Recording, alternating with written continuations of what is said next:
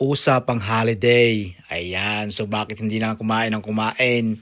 At talaga naman pong hindi tayo mamaya at pag ganito lagi ang ating kinakain. Ito nga po ang aming holiday sa London.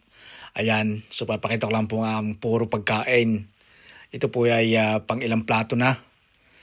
Dito po kami sa ngayon sa Chinese buffet. Ayan, no.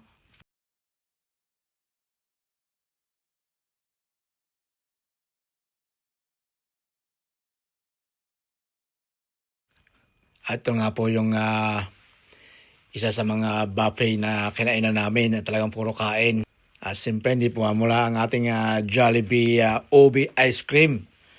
At isa po ito sa paborito ko dito sa Jollibee. Kaya nga lang po dito lang po ito sa London. Wala po ito sa amin sa Wales. Ayan o, napakasarap. Kain ko na lang kayo Sana sa Pilipinas kung saan man kayo sa ibang lugar na may Jollibee ay meron din kayo nito. At talaga pong napakasarap. Try nyo.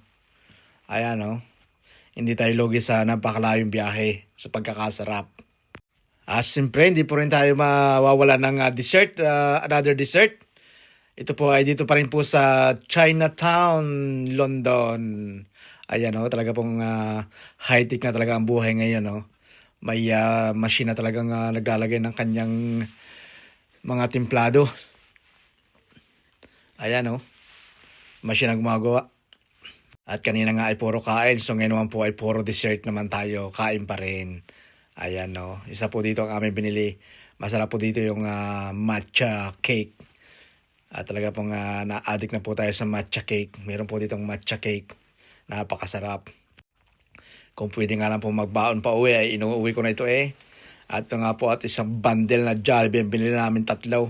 Ay talaga naman pong inubos ko lahat. Tayo lang magbitbit. Yan Sa Greg's naman po tayo at talaga naman kahit saan ay talagang Greg's ang ating paborito. At napakasarap. Mamimili lang kayo sa mga dessert. Ayan. At meron din po mga pie kung ano-ano. Ayan, dito po tayo ngayon sa buffet. Ito po ay siguradong mga pang-3, pang-4 ng plato ko ito. At medyo nagkahiwalay nga lang po ang video ko ay pasensya na kayo. At ito po ay puro kain ng video ito. So, pasensya na po kayo. Laway-laway muna po sa mga pagkain na talagang po ang sinamantala na ang holiday. At napakasarap palang kumain pag naka-holiday.